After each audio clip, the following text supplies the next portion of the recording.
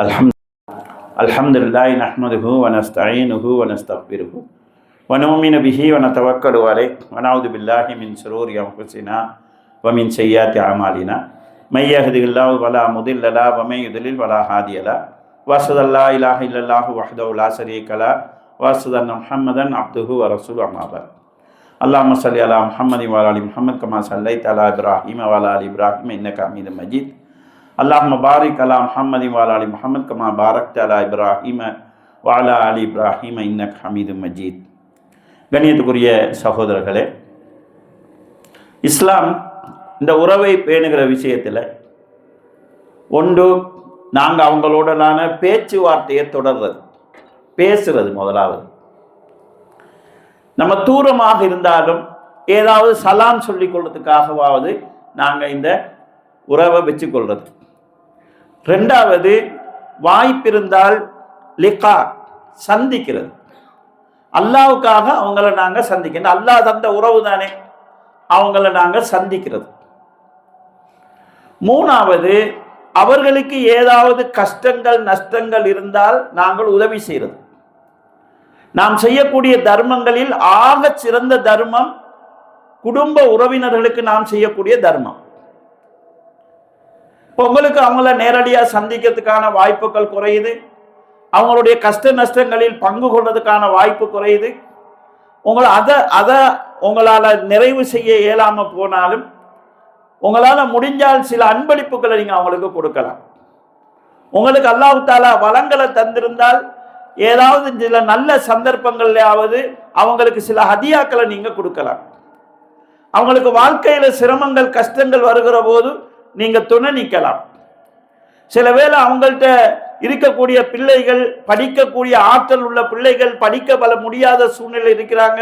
உங்களால் ஏனென்றா அந்த படிப்புக்குரிய ஒரு உதவியை நீங்கள் செய்யலாம், வழிகாட்டலாம்.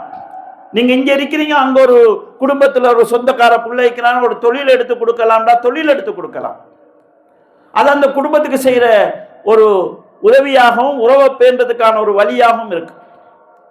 இப்படி எங்களால் முடிஞ்ச வழிமுறைகள் ஊடாக அந்த உறவை பேணுவதற்கான வழிக்குள் நாம் வர வேண்டும். அப்படி உறவை பேணினால் ரசூல் ஸல்லல்லாஹு அலைஹி வஸல்லம் அவங்க எங்களுக்கு 2 வாக்கு தராங்க.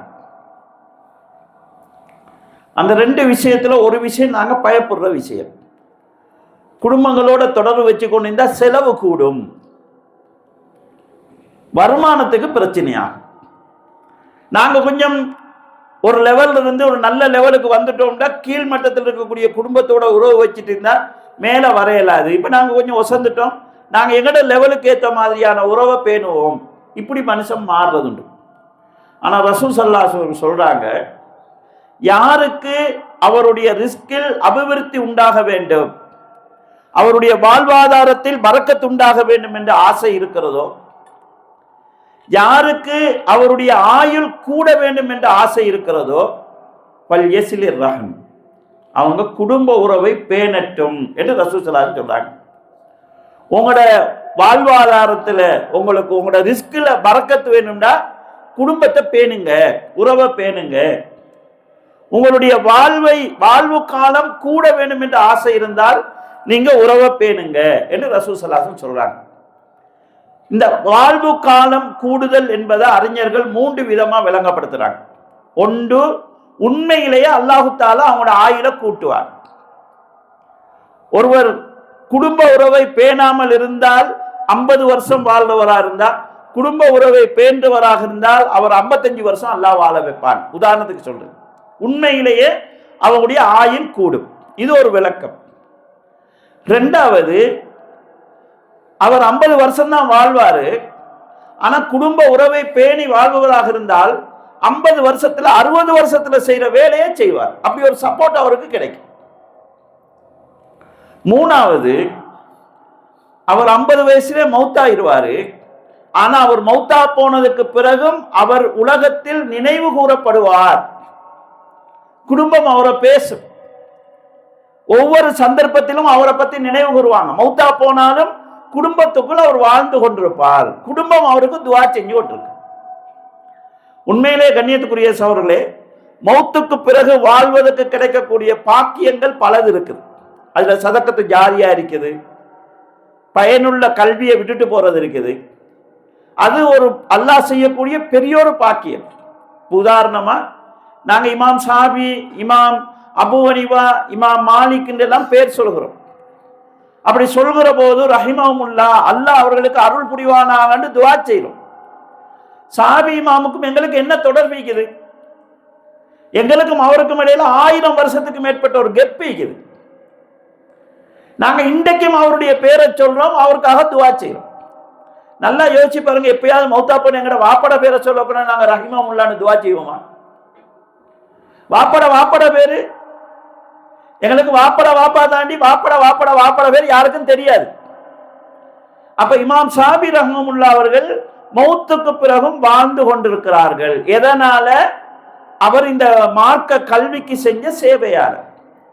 நாங்க குடும்பத்துக்கு நலவு செஞ்சோம்னு சொன்னா மௌத்துக்கு பிறகு ஒரு சந்ததிக்காவது நாங்க வாழ்வோம், இந்த ஒரு பரக்கத் கிடைக்கும் என்று ரசூல் ஸல்லல்லாஹு அலைஹி வஸல்லம் சொல்றாங்க.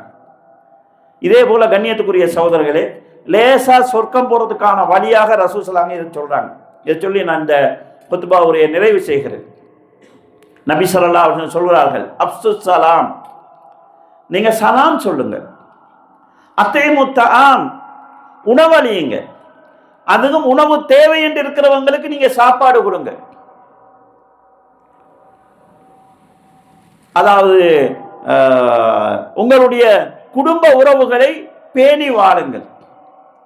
சல்லு வன்னாசு நியாம், மக்கள் தூங்குற நேரத்துல நீங்க தொழுங்க, அதாவது இரவு தொழுங்க.